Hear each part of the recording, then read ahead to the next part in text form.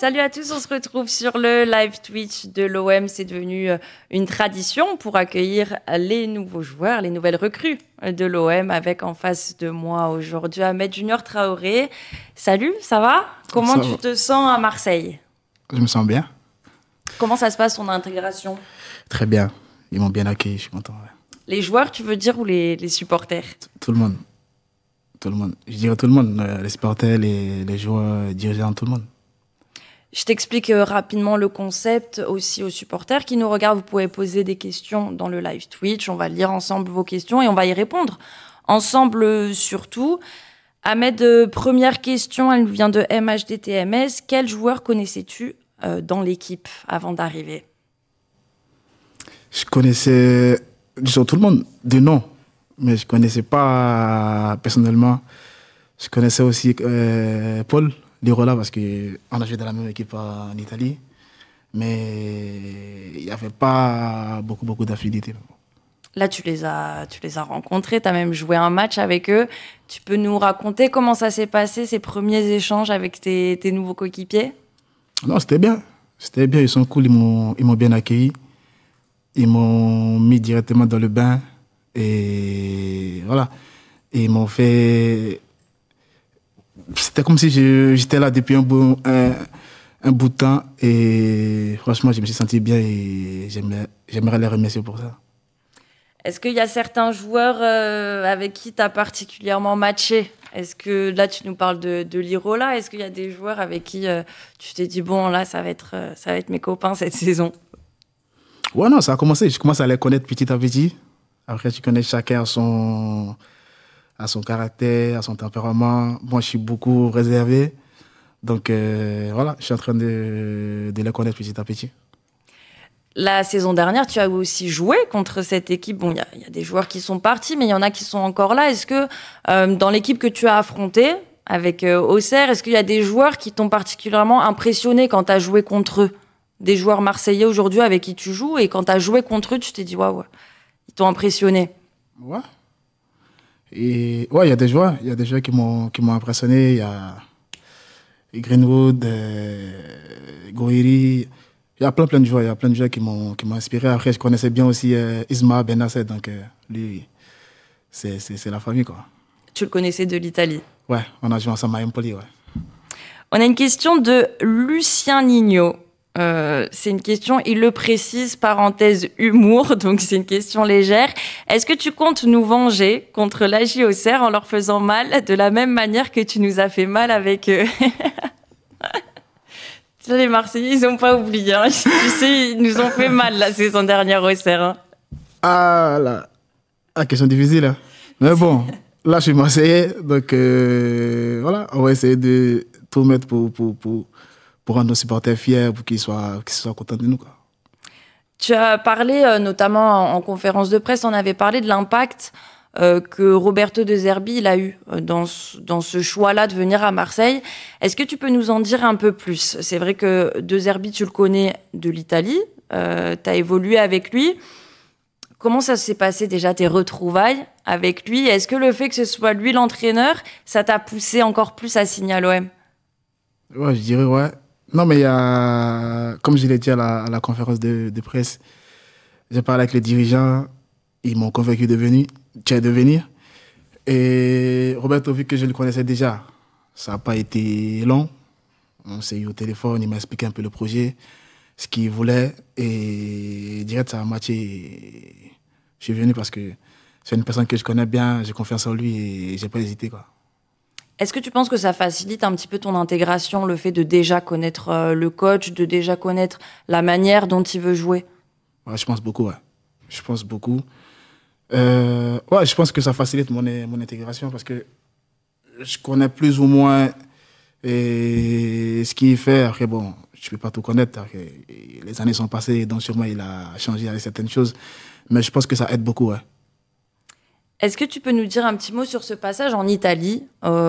Aujourd'hui, c'est la Ligue 1, mais qu'est-ce que ça t'a apporté, l'Italie, si tu dois retenir les aspects positifs, ce que ça t'a apporté toi en tant que footballeur?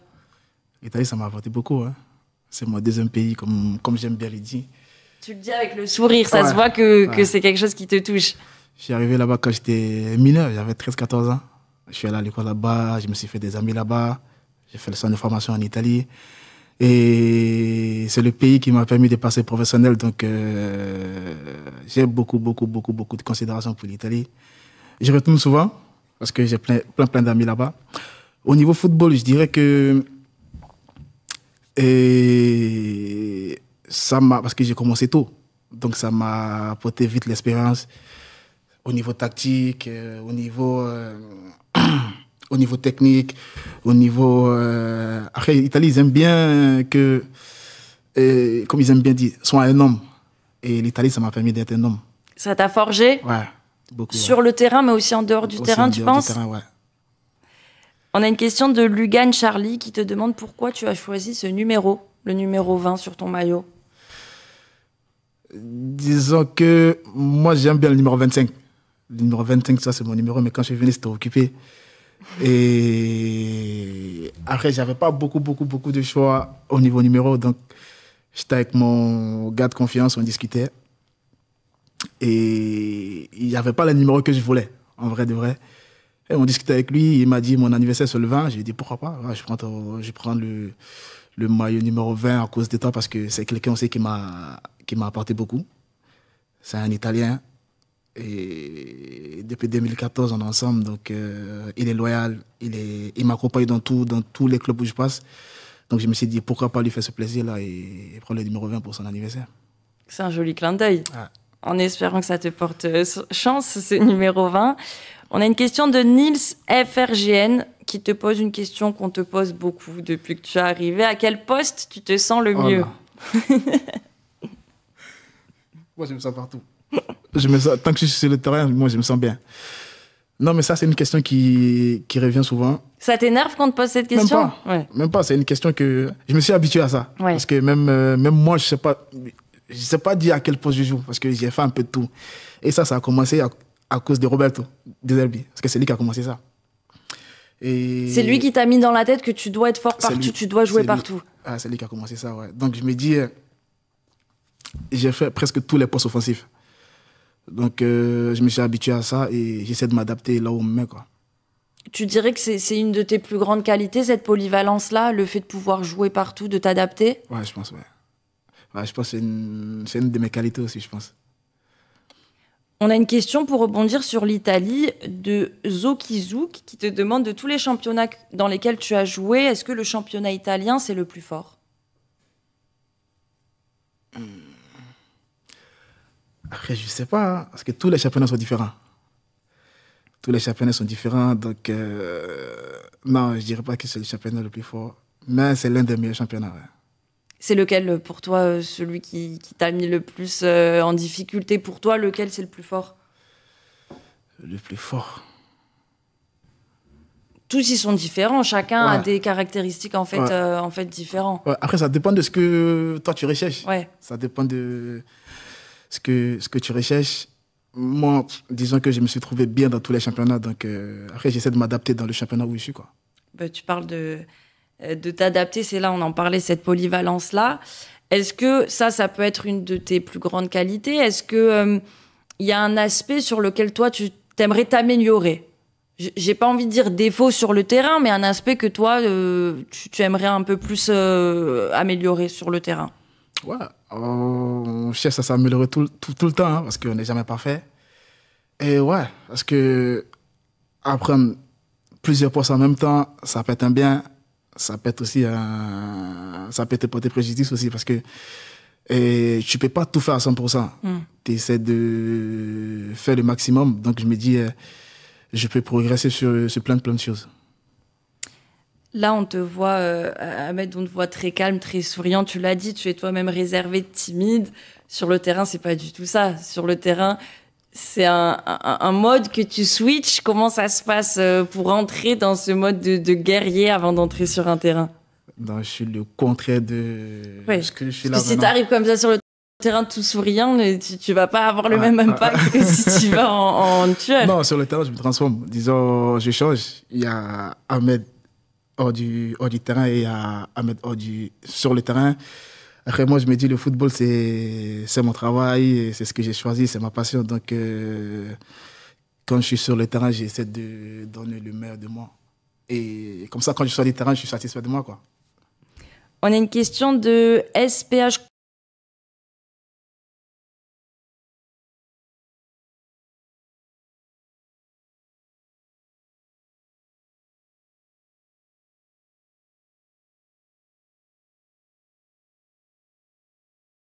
Cette histoire-là qui t'ont marqué. Comme je l'ai dit à l'interview la dernière fois, j'ai dit l'OM s'est beaucoup suivi en Côte d'Ivoire. Et ouais. Nous, on a grandi un peu avec ça. Après, je ne pourrais pas tout citer, mais on a notre idole aussi qui était là, qui était Drogba, qui a fait la fierté des Ivoiriens. Donc, c'est l'OM et la Côte d'Ivoire, je pense que c'est une question d'amour, quoi. Toi, depuis petit, parce que toi, tu as grandi, avant d'aller en Italie, tu as grandi en Côte d'Ivoire. Depuis petit, tu le vois, la présence de l'OM en Côte d'Ivoire? Ouais. Depuis petit, je voyais nos grands frères, nos pères, tout ça, qui étaient beaucoup fans de l'OL, de l'OM. Et voilà, comme j'ai dit la dernière fois, il y a mon coach aussi. Il y a l'un de mes coachs. En sélection? Non, en Côte d'Ivoire, quand tu es petit. Quand tu commences? Dans le quartier où on habitait, il y a l'un de mes premiers coachs qui est supporter de l'OM. Mais fou. Tu l'as appelé quand tu as signé? Ouais, on a parlé. Même après le match, il m'a appelé. Il m'a dit, ouais, j'ai vu que tu étais couché. J'espère que tu n'es pas blessé. J'ai dit, non, t'inquiète, c'était juste des crampes. Il devait être hyper content de te voir maintenant atteindre l'OM. Il était content, ouais. Est-ce que du coup, tu parlais de Drogba, est-ce que du coup, c'est lui ton idole de jeunesse, celui qui t'a inspiré quand tu étais plus jeune? Il m'a inspiré, ouais. Mais après, c'est pas le même poste. Donc, mais il n'y a pas que moi. Il a inspiré beaucoup de jeunes en Côte d'Ivoire, je dirais même à travers le monde. Et moi, quand j'étais petit, mes idoles, ils étaient Yaya Touré et Ronaldinho et Iniesta. Vu que je joue tous les postes, j'essaie de piocher un peu chez tout le monde et créer ce truc.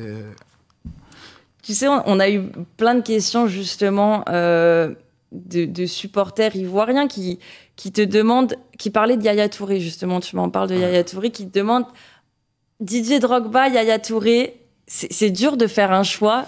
Ouais. Est-ce que toi, tu le fais? Si tu dois donner un top 3 par exemple des joueurs ivoiriens. Top 3 des joueurs ivoiriens. Des joueurs qui t'ont le plus marqué. Ouais. C'est Cameron Fan7 qui te pose cette question d'ailleurs. Ouais.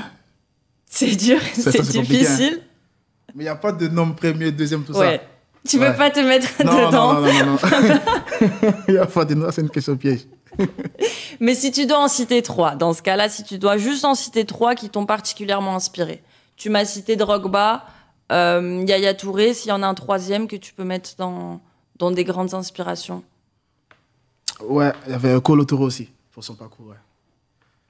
Toi, on en parle de toi et de ton parcours aussi, avec cette équipe de Côte d'Ivoire. On a une question d'Ondel242 qui te demande à quel point la CAN avec les éléphants est un objectif important pour toi.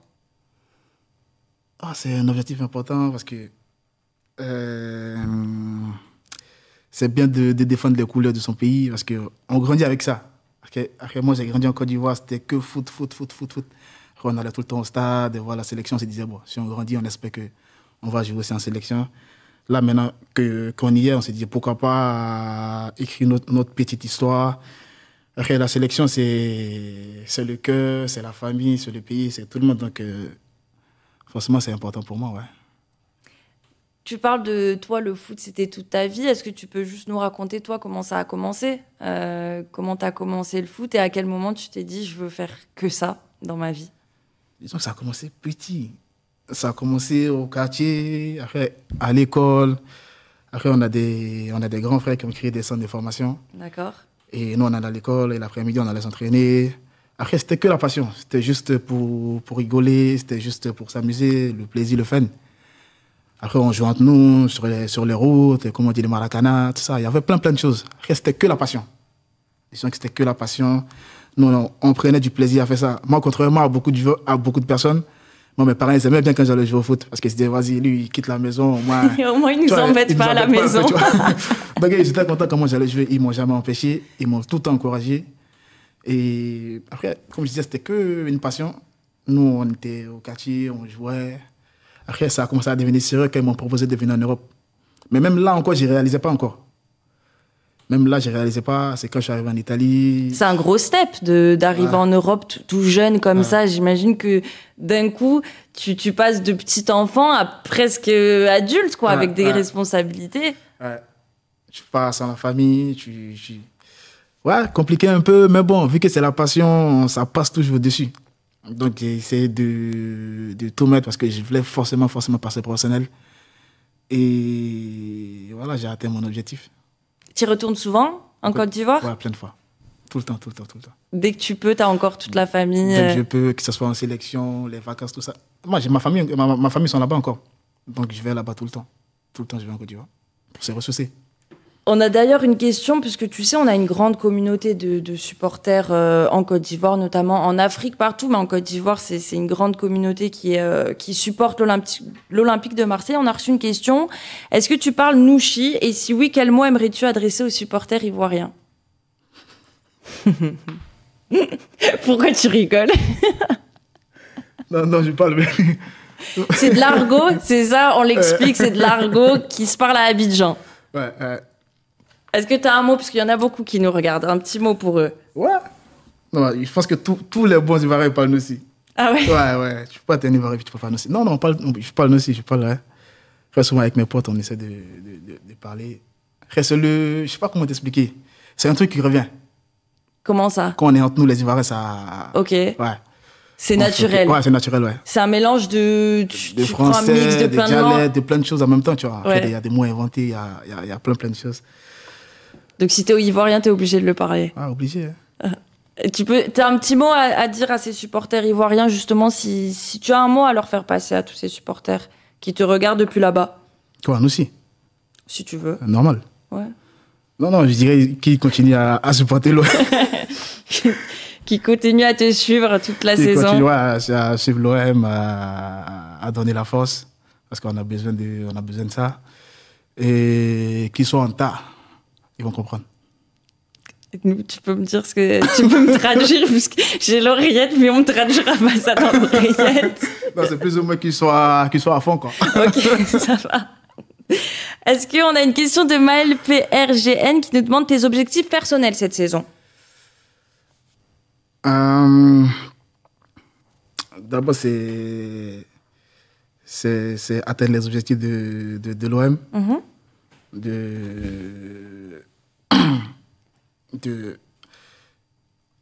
Personnel ou... Personnel. Personnel. Toi, personnellement. Non, c'est aider l'équipe à atteindre ses objectifs, à envoyer mon petit plus. Et après, faire le plus de matchs possible, prendre le maximum de plaisir. Et voilà, après, il y a la CAN, il y a le mondial, il y a plein de choses. Ça, c'est des trucs que j'ai mis d'un côté de ma tête. Mais je me dis, pour aller à ces compétitions, ça passe forcément par l'OM. Donc, je me dis, l'objectif le plus important pour moi, c'est de faire une bonne saison, essayer de prendre le maximum de plaisir possible et aider l'OM à atteindre ses objectifs. Il y a la Coupe d'Europe, la Ligue des Champions aussi. J'imagine que c'est une énorme fierté de jouer ouais, non, cette... C'est tout ça en même temps, ouais. C'est tout ça en même temps, ouais. C'est une grande chose, ouais. On te demande beaucoup dans le chat ta célébration. Est-ce que tu as déjà pensé à ta célébration pour ton premier but, peut-être au Vélodrome? Ouais, il y en a. Hein. Il y en a? Ouais, il y a ma célébration. Ouais, je sais l'année dernière en plus. Hein. Est-ce que parmi elles, on te demande s'il y a le signe Joule? Est-ce que ça fait partie de tes célébrations? Joule. Tu aimes Joule? Tu écoutes Joule? Non, moi, je n'écoute pas de la musique. Ah, t'écoutes pas de la musique? Ouais. J'écoute un peu de la musique de chez moi, mais rarement. Donc la célébration, en tout cas, elle est dans ta tête. Ouais. Bon, on espère la voir le plus rapidement. Les gens, ils ont vu l'année dernière, ils ont vu un peu. On a une question de Kylian Pitor qui te demande le plus beau stade dans lequel tu as joué. Le plus beau stade dans lequel j'ai joué. Pas l'ambiance, hein.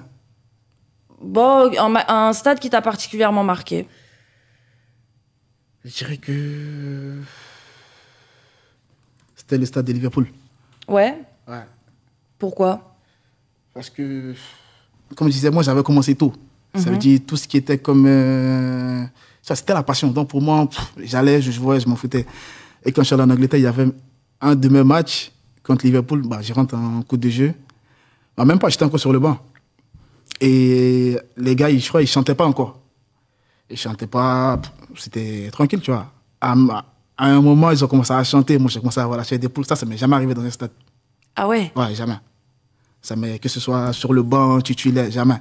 C'est le seul stade où je suis allé, où les gars ont commencé à chanter, j'ai commencé à avoir la chair des poules. Donc, Ça t'a impressionné? Ouais. Ouais, donc je dirais les stades Liverpool en fil. Ouais. Je rebondis, parce que quand même, Liverpool, on va les affronter en Ligue des Champions, à domicile. Cette fois, c'est comment tu l'appréhendes, cette Ligue des Champions, cette compétition, et tu parles d'ambiance.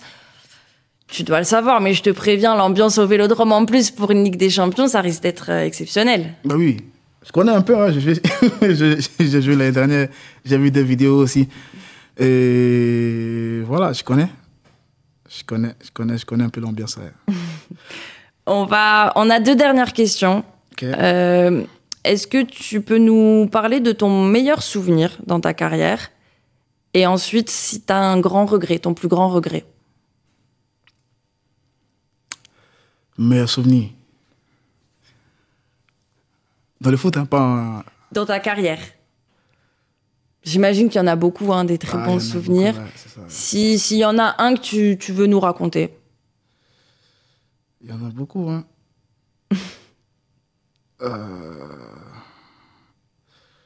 Là, je vais dire, parce qu'il y en a beaucoup quand même. Mais je vais dire, comme je disais, moi, je suis arrivé en Europe quand j'étais petit. Donc, j'avais toute ma famille en Côte d'Ivoire. Il y avait mon père, ma mère, mes 2 sœurs et mon frère. Ils étaient en Côte d'Ivoire. Et après, moi, j'avais des problèmes, ça, mais bon. Et ma fierté et mon truc, mon objectif, c'était de ramener mes parents en Europe. Comme ça, ils me voient jouer. Mm-hmm. Et ça, je l'ai réalisé. Je dirais, je vais partir sur ça à 10 ans. Ouais.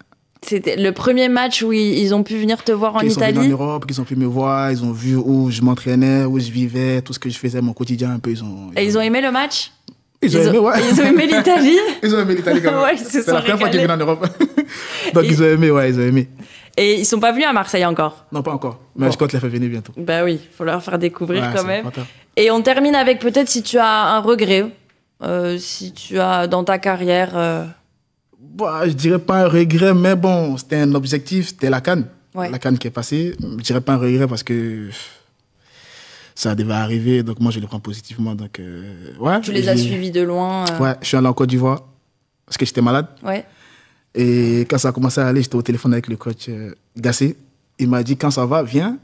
Avant la compétition, au moins tu salues les coéquipiers, tu restes un peu avec eux. Ouais, moi, je suis allé 3 jours. Je suis allé les voir, saluer, discuter un peu. Après, moi, je suis rentré. J'ai suivi les matchs de près.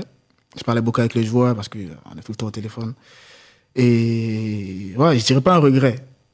Tu vois, je dirais pas un regret. Donc, c'est comme ça devait arriver. Ouais, c'est un truc qui devait arriver, donc c'est tranquille. À la prochaine CAN, on te souhaite de pouvoir la jouer justement et de gagner quelque chose. On arrive à la fin de ce live Twitch. Merci beaucoup à toi d'avoir répondu, d'avoir joué le jeu pour cette interview. On se donne rendez-vous, et toi surtout tu donnes rendez-vous aux supporters marseillais ouais, je donne rendez-vous à tous les supporters au Vélodrome, ouais. Peut-être pour m'offrir un match. Et ben voilà. Merci beaucoup Ahmed, merci à vous d'avoir été avec nous. On se retrouve très vite pour un nouveau live Twitch. Ciao, ciao.